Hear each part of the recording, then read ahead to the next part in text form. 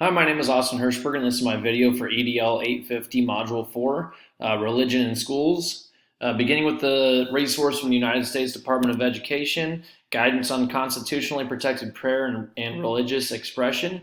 The relationship between religion and government in the United States is governed by the First Amendment to the Constitution, which the Supreme Court has held both prevents the government from establishing religion and protects privately initiated religious expression and activities from government interference and discrimination.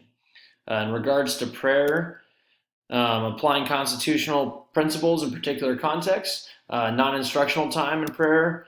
Students may pray and or read Bibles, Torahs, Korans, or other scriptures during non-instructional times such as lunch or recess. For organized groups, students may organize prayer groups, clubs, or other gatherings before or after school to the same extent as all other student activity groups. They must be given the same access to school facilities and may not be discriminated against because of religious beliefs. As far as employees in prayer, employees are prohibited from encouraging or discouraging prayer and actively participating in these activities with students while acting in their official capacities. They may take part in these activities with other employees, not students, before or after school, during lunch, or during times when private activity is permissible. During non-curricular events, school officials may not organize prayer at graduation, sporting events, or other non-curricular events. In the case where student speakers are selected on a genuinely content-neutral criteria and retain primary control over their expression may not be restricted because of religious content.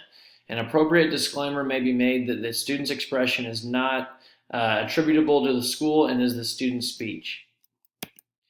As far as religious expression in schools, applying constitutional principles in particular contexts. As far as literature, students have a right to distribute religious literature to their schoolmates on the same terms as they're permitted to distribute other literature that is unrelated to school curriculum or activities. Teaching. Public schools may not provide religious instruction, but they may teach about religion. Religious influences on philosophy, art, music, and social studies are appropriate. Schools may teach about religious holidays and celebrate secular traditions, and they may not observe holidays as religious events. The dress code policies. Schools may not single out religious attire. Schools must make the same exceptions to the dress code for religious reasons as they do for non-religious reasons. And students may display religious messages on their clothing to the same extent that they are permitted to display other messages. Excusals for religious reasons. Students may be excused from school for religious purposes with the same treatment as parent requests for other reasons. Schools may be required to make accommodations that relieve substantial burdens on student religious exercise, depending on state statutes. Moving to the Equal Access Act. The Equal Access Act is designed to ensure that student religious activities are accorded the same access to federally funded public secondary school facilities as are student secular activities. Moving to the Pew Research Center. The Pew Research Center highlights various rulings from the U.S. Supreme Court in regards to prayer and religious expression in public schools. They also highlight the rights of students and teachers that have been determined and upheld by the court.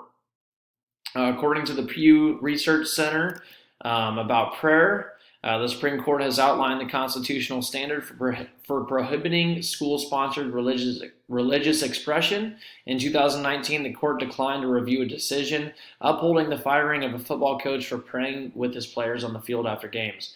In 1992, Lee versus Wiseman, the court made clear that a clergyman's benediction at a public school would violate the separation of church and state. The court has had mixed decisions on students acting on their own to offer a prayer or religious expression at school events.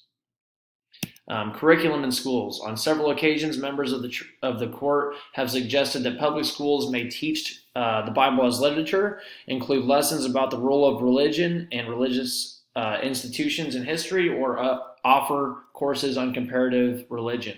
For a public school class, to study the Bible without violating constitutional limits, the class would have to include critical rather than devotional readings and allow open inquiry into the history and content of biblical passages.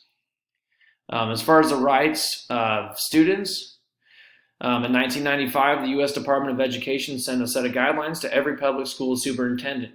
These guidelines were revised in 2003. They highlight these 4 general principles. Number 1, students acting on their own have the same right to engage in religious activity and discussion as they do to engage in comparable secular activities. Number 2, students may offer a prayer or blessing before meals in school or assemble on school grounds for religious purposes to the same extent as other students who wish to express their personal views or assemble with others. Students may not engage in religious harassment of others or compel other students to participate in religious expression, and schools may control aggressive and unwanted proselytizing. Schools may neither favor nor disfavor students or groups on the basis of their religious identities. The rights of teachers and school officials. When off-duty, school employees are free to engage in worship, proselytizing, or any other lawful faith-based activity. When they are acting as representatives of public school systems, courts have said that teachers' rights are constrained by the Establishment Clause. In Wig versus Sioux Falls School District, the court ruled that once the school day has ended, a teacher is a private citizen, leaving them free to instruct religious clubs even within their own building. Moving on to the presidential philosophy, our current or previous administration, the Trump administration, Trump has warned school administrators that they risk losing federal funds if they violate their students' rights to religious expression. The White House says it wants to empower students and teachers to exercise their rights, and the Department of Education will send a letter to education secretaries and officials in all 50 states reminding them that students and teachers can't be discriminated against for practicing their First Amendment religious rights. All right, thank you for watching my video.